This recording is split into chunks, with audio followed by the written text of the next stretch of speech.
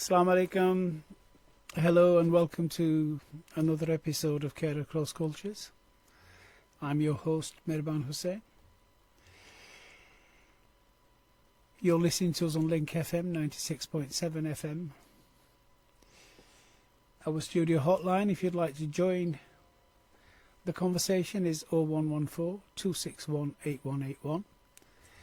Or if you'd like to send us a WhatsApp text message, it's 079 398 49339.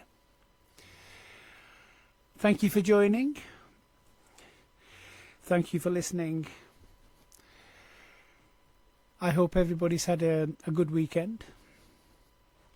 And I hope you're having a good day today. We're carrying on talking about mental health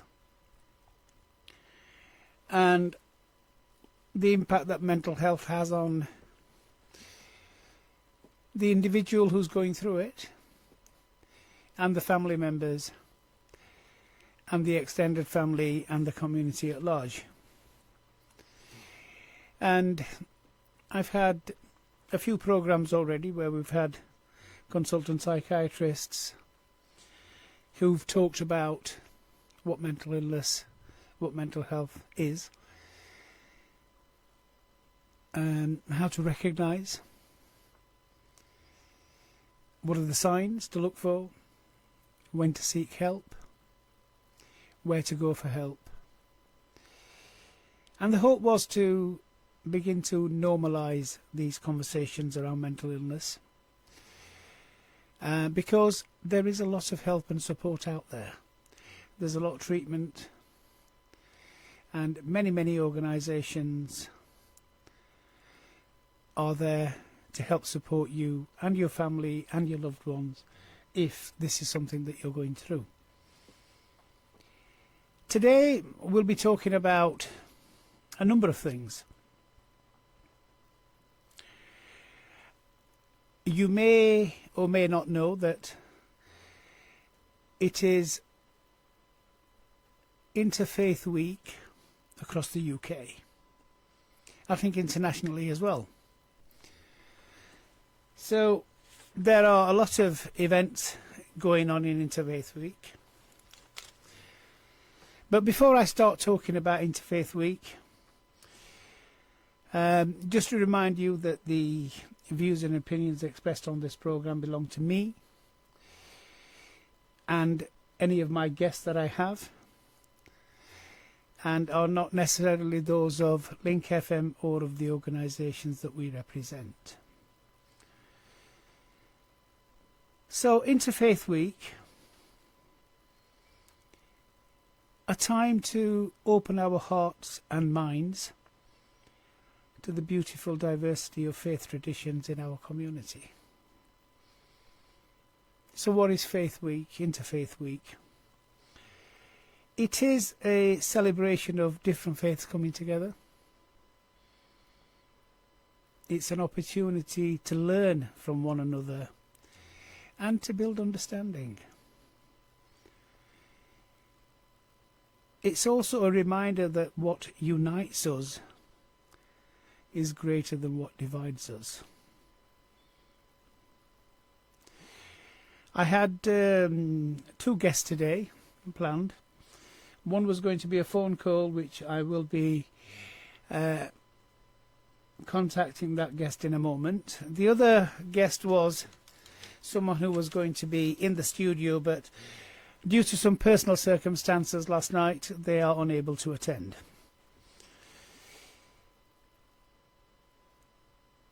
I did say that there are a number of events happening during Interfaith Week. There are 3 specific ones I want to talk about. One of those is at Rotherham Hospice. There is an interfaith event tomorrow on Wednesday at Rotherham United Football Ground. And this is about, again, bringing together Rotherham's diverse faith communities to share stories, build understanding and celebrate inclusion. Wakefield Hospice is also having an interfaith gathering, which will be on Thursday.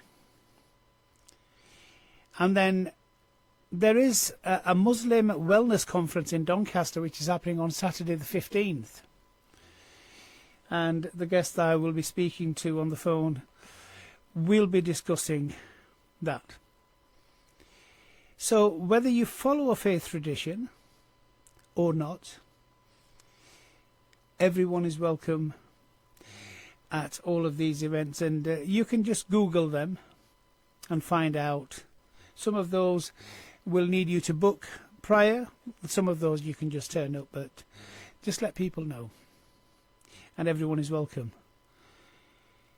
And what's really important about this is that, you know, you'll hear inspiring stories from your neighbours. You can ask questions and share experiences, all with the aim of building bridges of understanding across our community. So this is Interfaith Week.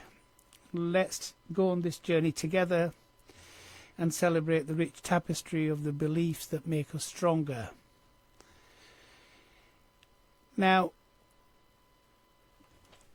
some data that I've looked at across Rotherham is that 42% of the people in Rotherham have identified as having no faith. And that's an important fact to consider.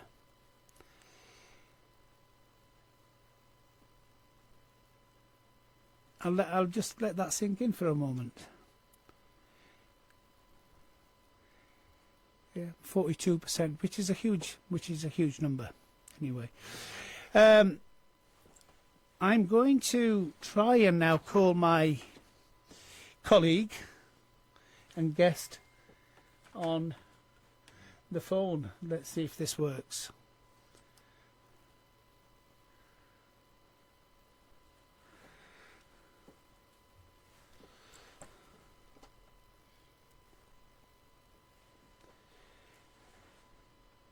Hello? Hello?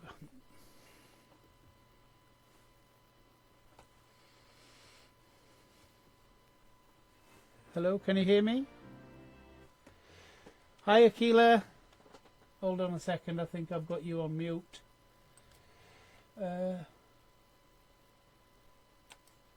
Hello? Hello. Hi, fantastic. I've got you. Hi, Akeela, you okay? Assalamualaikum. Yeah, I'm good. Walaikum Thank salam. you. Let me just introduce you. So, my guest on the phone today, and you know, my technical skills have improved vastly because I actually managed to connect with somebody on the phone, which is, I'm super amazed about that. So, Akeela Mohammed is, I'm going to let her tell us who she is, but I met Akeela only a few months ago, and such an amazing person. She does so much. And so, Akeela, welcome to the show, Care Across Cultures. How are you today? Alhamdulillah, I'm good. Thank you. So, Akeela, let's start with you telling us a little bit about yourself. Who are you? What do you do? And let's start from there, and we'll have a conversation as we go along. Okay. Yeah, thank you. Thank you for inviting me today. Yeah, so I live in Doncaster. I do quite a lot of community stuff in Doncaster. So I co-chair the Inclusion and Fairness Forum with Team Doncaster. I am a community co-chair for EMRI, which is an Ethnic Minorities Research Institute. I'm founder of Healthy Her, which is a Muslim women's group. I'm a trustee for two charities. One is the Conversation Club, so we work with asylum seekers and refugees, and the other is the South Yorkshire Muslim Burial Trust, which is based in Sheffield. And yeah, so the Muslim women's group We put on sports for women. So some of the sports we do is fencing, archery. We have a gym at the Eco Power Stadium on a Sunday just for women. And we have a squash session on a Saturday. So try and do lots of different things with the women. We take them out. So they've gone to play golf, and we've been to the races. But everything we do is very much, in line with obviously being a Muslim woman.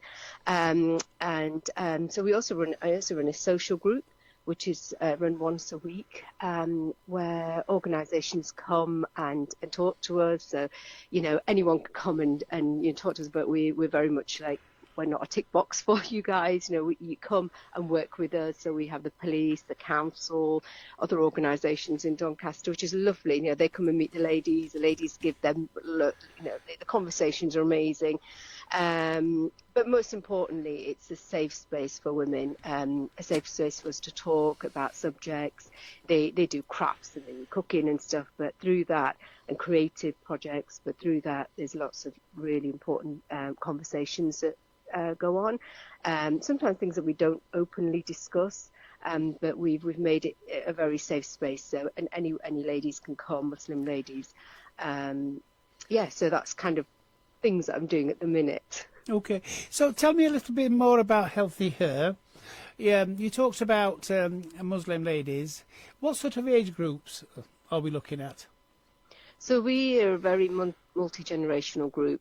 We have ladies in the 20s up to my mum and her friends who are in their 70s. So it's really nice because the conversations that we have, very much including the younger ones and the elders, and our elders give us so much wisdom back, and yes.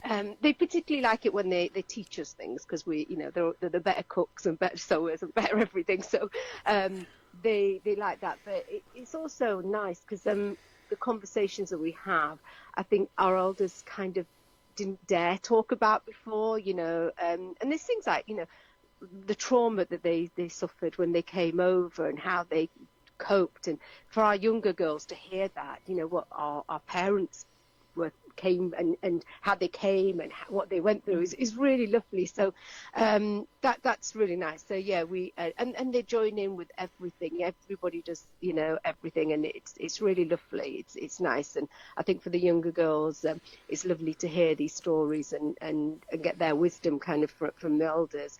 And the elders, I think, really love that as well. But I think some of the things that we talk about, sometimes they do challenge us on that. But it's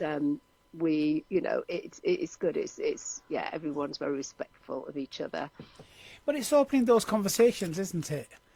Yeah. Because absolutely. Yeah, it's having those conversations which is really important. And I think one of the things that impressed me about Healthy Her was that you've got these multi-generational, what you said earlier about, members. And it's an opportunity for them to actually share some of their wisdom, share some of their stories, definitely, because it was tough. I mean, if they came over in the 50s and 60s, and it was tough because, from my understanding and from my experience, a lot of them didn't even speak any English, definitely. And their educational standard may have been very limited. And when they came, I remember my mum when she came, and no English, no nothing, and came from a village back in Pakistan, and all of a sudden, you have to learn so much. Sorry, go on. I think also the kind of things that we actually sort of got out from them stories as well is that trauma. Yes. There was a lot of trauma because they had to do that. They came over, but a lot of it was a lot of them didn't know their husbands. Yes. And they were coming over and they were having to be with somebody who they didn't know. They were put in families sometimes that were related, but they hadn't seen them for a long time, and these young women suffered trauma too through that as well. So and that's kind of intergenerational as well, that that trauma kind of goes from generations from for that. So it's so we had some really good conversations about that, and I think that was really nice that our mums and the aunties could talk about that, and then actually think, well, they were actually saying, yeah, actually we did, this is what happened. And but then they're so strong, and they kind of say, well, we lived through it, so you guys can live through it. And what you go through is nothing compared to us. I know they say that quite a lot, don't they? Because I've heard it so much. They say, is that what you're worried about? But look what I had to worry about, and look what I had to do. Yes. I've got a wonderful story that I want to share with you. Is that there was this a lady who got married and came over from Pakistan, and her husband, well, they were all steel workers, weren't they, depending on where they were. And he used to, get up at 5 o'clock to get to work for 6. And his wife couldn't even tell the time. So he showed her on the clock that, when these sort of, clock, when it comes back to 6 o'clock, that's when I'll come home. And she's there sat waiting. And obviously she's all alone in this room. Nothing to do after she's done all the cleaning, and there's not, So she kept walking up, and she kept moving the dial, of the clock to make it go faster. And obviously it wouldn't. And I found that to be sort of funny at first when I heard it, but then very tragic as well. Yeah. And these were really, and it makes me wonder often that, as you said, that, they came, our mothers, grandmothers, whoever they were, they came. They didn't know anything. They didn't know anybody. Yeah. And I'm also interested in the trauma that you mentioned, because do the ladies in your group, do they sort of talk about this trauma? Has it been addressed in any way? Yeah. We've built up a very safe group, and I think a lot of the thing behind Healthy is kind of empowering the women. So I've worked hard to make them feel safe, and a lot of them have got so much confidence now, and a lot of time, well, when we first started, they wouldn't attend things. They were kind of feeling not welcome in places, but then actually organisations, it was no one's fault really, but they, so we kind of built that up where I was like, look, come with me, let's go, let's attend this, and so that confidence has really been built, I think, and I think that's why they feel that now, they can talk about it. It's been quite a long time. It's taken a couple of years, but now I think, they have spoken about it, and we've had people in as well. For example, we had a lady who came from the council, and she was a domestic abuse survivor, and she talked about her story, and the group slowly, one person said something, then another, and they shared their stories about what abuse they had been through, or what abuse they were going through, or and I think that really helped them, and they were getting support from this lady, but the stories were very similar, and I think sometimes that helps when you hear somebody else talk about something, and I guess that's where when we first started, I kind of shared the trauma I'd been through, which I hadn't spoken about, and I think that's when people do talk, because they hear somebody else's story, and they relate to that, and feel like, right, okay, this person is talking about this, and it's okay to talk about my story now. So I think that's kind of how it really started, on that sort of journey of and then coming to that does work, doesn't it? Because sometimes we're so isolated and lonely at times, and then we think that, I've gone through this and nobody else, and it's been so difficult. But when you share, you realise, actually, I'm so glad that other people, I'm not the only one. I've just had a text message from someone who wants to know whether they can have an address for where in Sheffield these groups are run, but they're not in Sheffield, are they, at the moment? Are you just in Doncaster? Yeah, I'm just based in Doncaster, so our group is in Doncaster. But I do know there are some groups in Sheffield, women's groups. So and there's a new one actually. It's called DESA Women's Groups. It's Darnell Education and Sports Academy. They run a women's group now on a Tuesday, I think, morning. That's a great group. I've actually been to that one, and because we're very similar, they wanted to do a sort of a similar thing to us, and asked me to come. So so there are groups in Sheffield as well. Okay, so to the I haven't got a name for you, but there are plenty of groups in Sheffield, ladies groups. One in Darnell, there's Roshni, there's various other groups. So what I will do is that I will find out some contact details, and I will put them on my LinkedIn page. So you can access them from there. Okay. Now, I'm really interested in Healthy Her, and I think for a couple of reasons. One is that it's a great name. It's a great name. It really is. Healthy Her. It says exactly what it does. Yeah. And I was thinking that, have you thought about expanding this to nearby towns? I've been asked, and especially with the sports things that we do and the fencing, I have been asked. But it's all volunteer led. So Healthy Her is just all volunteers. So I do it in my own time. The ladies who support me do it in their own time. So it's very difficult to start something else up because we all work, all of us do other things as well. But the group does take up a lot of my time. It will do, yes. And so, that's the only difficulty. And I think that's, sorry. I was thinking, Akeela, that Rotherham, because we're neighbours, aren't we? Yeah. And something like this, that perhaps we need to have a conversation away from the radio show. Because, yes, I understand volunteers, and I'm thinking that I'm really interested with the sports stuff. The archery, the golf, and all of that kind of stuff. I'm thinking that we could do with something like that in Rotherham.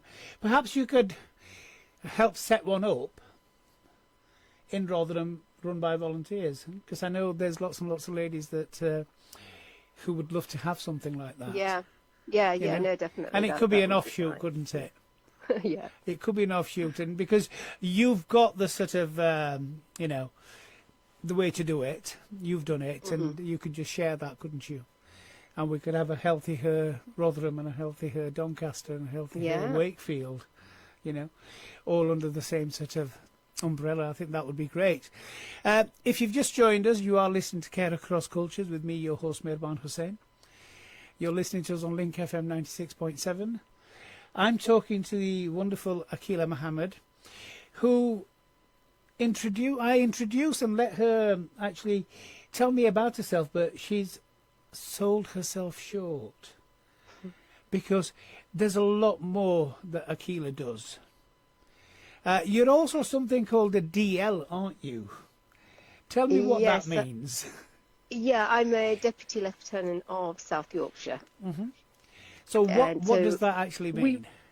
So we have each county has a Lord Lieutenant, and the Lord Lieutenant directly represents the King.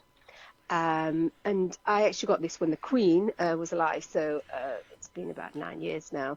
And it's an honorary role, and we represent the Lord Lieutenant at engagements, at charity events, and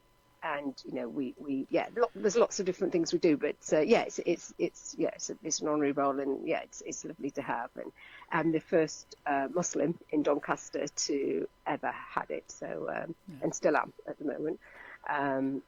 It's an honor. Well, Akeela, we're all super proud of you. Thank you. It's an amazing achievement.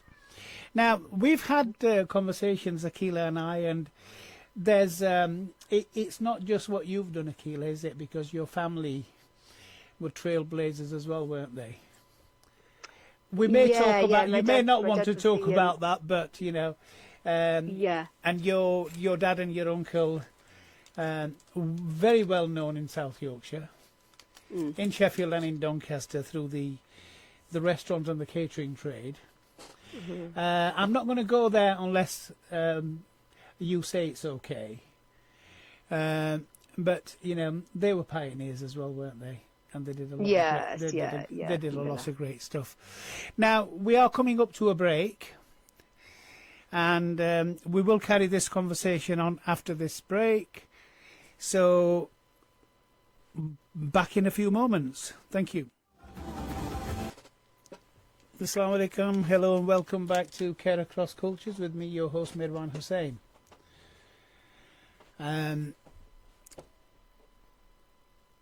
We are talking to Akeela Mohammed.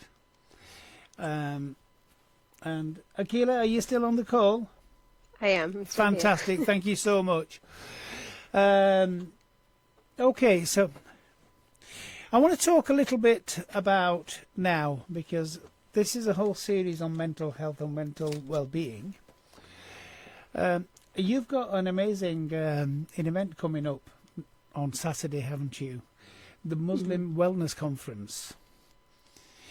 So I want to talk about that first. First of all, let's start with when it's happening, where it's happening, and the timings, and how people can participate. So the Muslim Wellness Conference is on Saturday, the 15th of November, this coming Saturday. It starts at 10 o'clock and we will inshallah finish around 4:30. We have really good food. It's all free and we have some amazing speakers, one being yourself. So yeah, we're really looking forward to, and this is the second one. This is, so our first one was last year. Now, this is something that you and your sort of group, and your colleagues have done. I've not heard of a Muslim Wellness Conference before, so where did the idea come from? So it came out of, I guess, my trauma and nightmare. So 6.5 years ago, my husband, aged 48, took his own life. And when it happened, I hid it. Basically, I didn't tell anyone except my immediate family and immediate friends. My mum actually didn't find out until 7 months later. It was, we were brought up to say that, taking your own life is, haram. Yes. And, I went to a funeral once and my mum and a friend sat there and they were like, we shouldn't be here because this person has taken her life. And I think I remembered that. It just kind of, I wanted to protect him. I wanted to protect my kids, myself. And I think at the time I just couldn't take the questions about it. He suffered from depression, but he was a very outwardly happy person, which a lot of people are when they have when they have depression. And it was just a really, really traumatizing time for me and my kids and my family. So yeah, I didn't want anyone to know because I didn't want anyone to judge him. And then it got to about a year or so after, and a friend of mine who actually runs a mental health charity, I was telling her, and I said I haven't told anybody, and she said, look, you do so much in the community, and if you don't talk about it, who will talk about it? I'd been on the safeguarding board in Doncaster for a long time, and seen lots of things going on, and she was like, you need to talk openly about this, but when you're ready. Yes. And so it was kind of through the Healthy Her ladies that I first spoke about it, and we had a meeting online, and I just said, look, I want to tell you something that's happened to me that nobody knows in Doncaster. Only a few people knew, and as with our community, things get out, and I'd started hearing little whispers, but no one actually came to me to ask me. So I just thought, this is the right time. I need to tell people what happened and be open about it.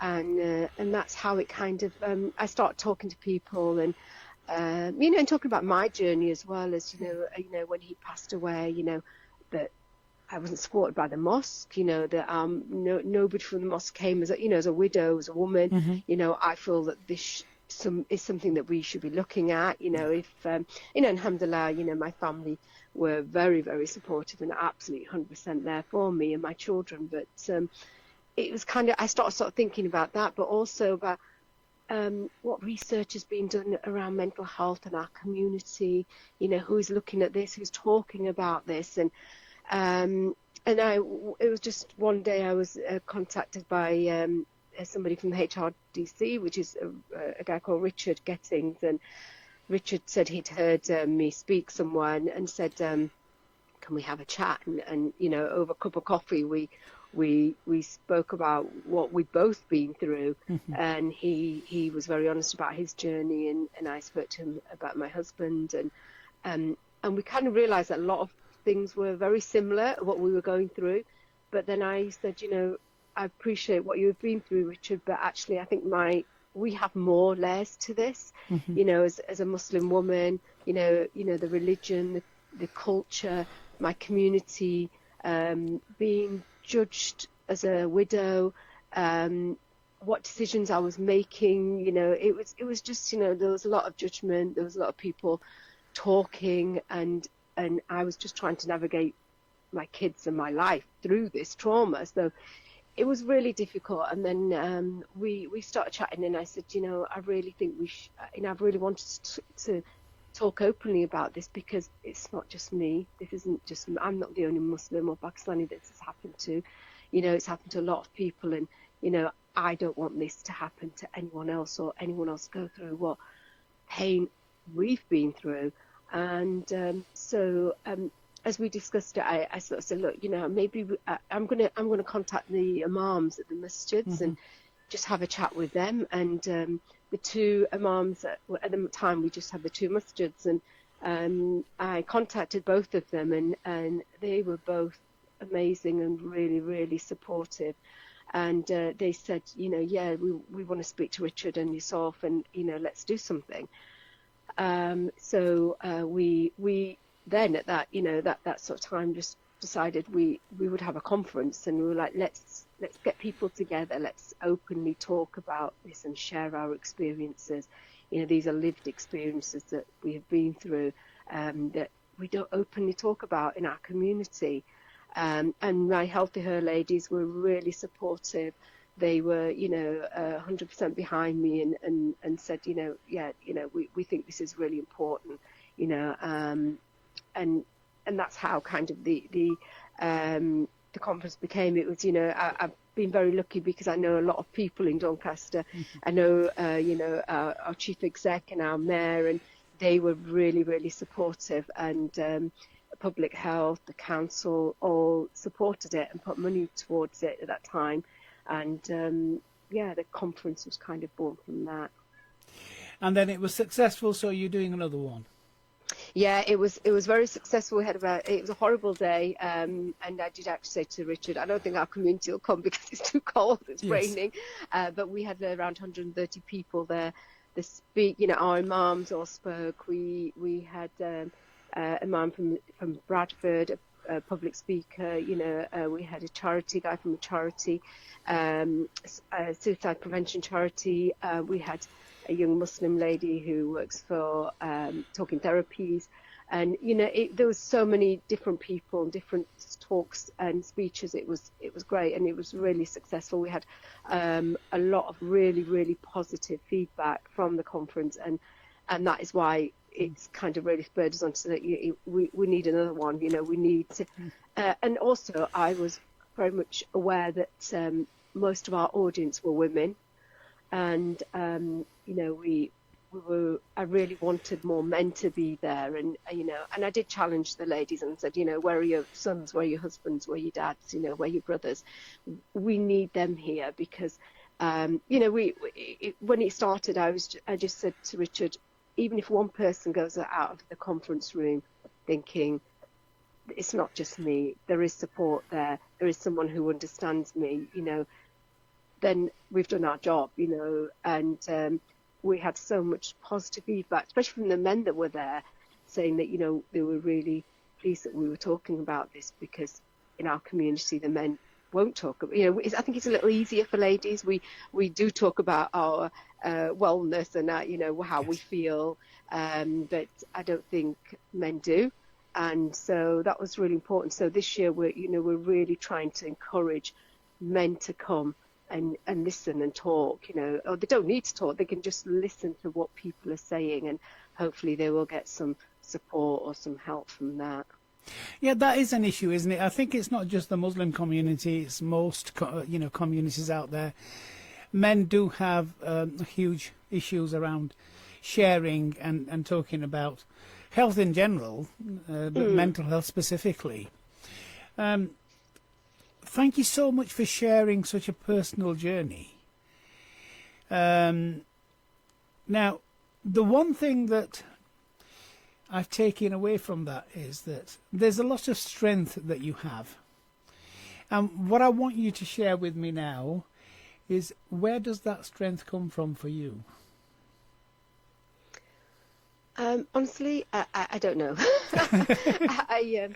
I think I've always had this thing of, if Allah's given you something, you share it, and you help where you can. I think I've always got that from my dad. My dad employed so many people in his business, and he always used to say, just help people.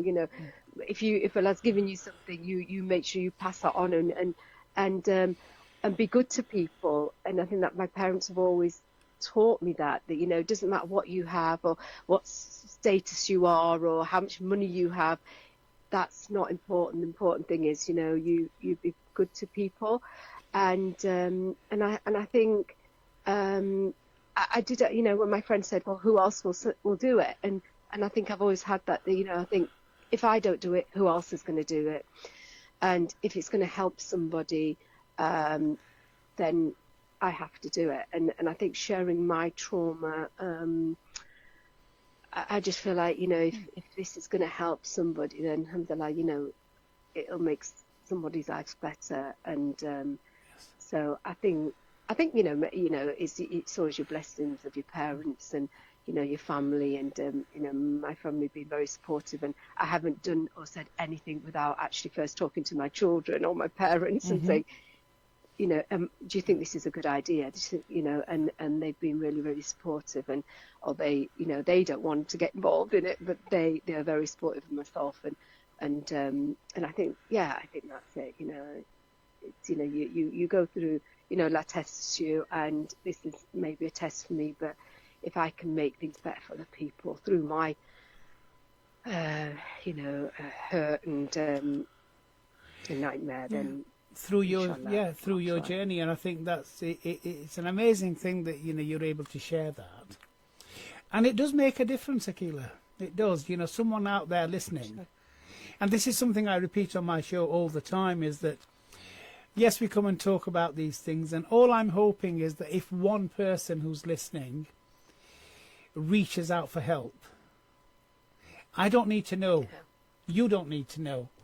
As long as that person's reached out to someone and they've got some support and they've got some help, and their life has got better as a result, and that's all we can hope for. Yeah, absolutely. I do want to talk a little bit about your dad and your uncle, who I knew both of them. Yeah, we're going back many years now. I knew both of them. And they were pioneers, both of them. And when I mention, their names, and when I mention their businesses, a lot of people listening will know who they are. Are we okay to go there? Yeah, absolutely. Fantastic, okay. So, everybody, well, a lot of people listening will have heard of the Indus restaurants. One in Sheffield and one in Doncaster. And it was Akeela's dad and Akeela's uncle who set these up. I think the one in Silver Street was the first one in Doncaster, wasn't it? Yeah, it was. That was the first one, and then I went to that. I went to that one a couple of times, but the one in Sheffield, because I lived in Sheffield in those days. It was on Fitzallen Square, and we used to go there a lot of time because I started off working in restaurants as well. I never worked at the Indus, but we used to go down and visit them. But prior to setting up the restaurant, your dad and your uncle had a butcher's shop, didn't they? Are you aware of Yeah. that? Yeah, in Attercliffe. In Attercliffe, yeah. And I lived in Attercliffe. So we've known your family, you know, for decades and decades. Yeah. And I always remember them really fondly. They were wonderful human beings, wonderful people. And it wasn't easy, you know, in those days, but in the early 70s, you know, for someone to come along, yeah, and set up a restaurant business, it was very difficult. And not only did they set this business up, they were very successful, and they thrived in it. Yeah, and it was such an amazing. So it was Rolf was your uncle. Yeah, my chacha. Your my dad's chacha. younger brother. Yeah, and your dad was Kareem. Yeah, Abdul Kareem. Abdul Kareem, yeah, that's it. Yeah, I knew Rolf more because I used to meet him a lot. But your dad, because he was in Doncaster, I didn't know him all that well. I remember them because I was only little, and you know, we used to go to the butcher shop because we lived on Leeds Road in Attercliffe, where the swimming baths used to be. I think it's there's an academy there now. Yeah, all yeah. So changed. we were me and my brothers and sisters, four of us were born in Woodburn Hill. So there's a road called Woodburn Hill there. Yeah. So we lived there. Yeah. And Attercliffe was an amazing place in those days. Yeah, it was an amazing place. Everything was in Attercliffe. You didn't need to go into town, and everything was there. So, Akeela, I want to talk a little bit about what you're hoping to achieve in practical terms from this Muslim Wellness Conference. I know you've talked about sharing, but you know, what would be the sort of ideally, what do you want to get out of it? I think first and foremost that we don't have it as a taboo subject.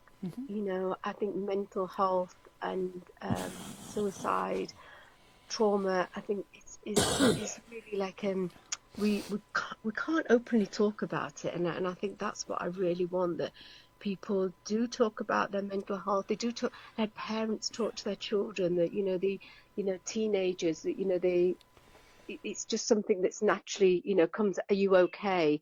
Are you feeling all right? What's going on in your life, and being able, because I think things like that we find very difficult, I think, in our communities to discuss. So I think it's just making it all open and okay to talk about. I think that's really important for me, because I think with my husband, he found that very difficult, and he didn't want anyone to know, because no one spoke about it. No one would admit, and especially a man would not admit that they're not coping. They can't do it. It's so I think that's really important. And I think I'd really want that to be something that comes out of this. That we talk to our children, we talk to our parents, and we feel like we can talk about our feelings and say when we're not okay. It's okay to be not okay. And did he not? And not feel it's makes you less of a Muslim or less of a person. It doesn't, absolutely. And did he not speak to you? Sorry? Did he speak to you about it? He did, yeah, he did, but he very much didn't want to talk about it. No. I think I was, me being me, I always just say, like, how are you feeling? What, are you down? Are you, this? And he he found it very difficult to talk about it. Yeah, Okay. absolutely. But I would know, Yeah. I would know when he wasn't coping. I would know that, this is like a time where, I kind of have to back off because he's really not dealing with life. But, we didn't tell our children. Our children didn't know. And in front of them, he was very much, absolutely. He was a very, very happy, guy. And, but he kind of suffered in silence, which I think a lot of people do. Yes, yeah. So, thank you for sharing that. We are coming to the end of the program now, and I just want to thank Akeela, Mohammed, for sharing a very personal journey. But I think one of the great things about the personal journey is that, and it's something that you said as well, if someone who's listening can take away that I'm not the only one who feels like this. This is a normal reaction, and let's go and seek some help and support. And if they can then go and look for that support, go and find it, and take strength from what you've said, and then I think that's a great thing. So I just want to sort of remind our listeners that there are 3 great events happening in sort of South Yorkshire. One is the interfaith event at Rotherham United tomorrow from 2 till 5. And then we've got an event at Wakefield Hospice, which I believe is 10 till 3. And then we've got Akeela's and Richard's Muslim Wellness Conference on Saturday the 15th. If you want to attend, just Google these events. They're all out there. And get in touch. And I know that Akeela is really, really wanting. It's open. I mean, it's Muslim Wellness Conference Doncaster, but it's open to everybody, isn't it? So if you want to attend, please. And it's free. And it's free. And there's food. Yes. Yeah. All the events are free. And there is food at all of them. So I just want to thank Akeela for joining us today. And possibly after the event, we could come back and into the studio, both you and Richard, and let's talk about what actually happened. Yeah. If you do that for me. So, Allah Hafiz. Next week we'll be back with another program. Until then, Allah Hafiz.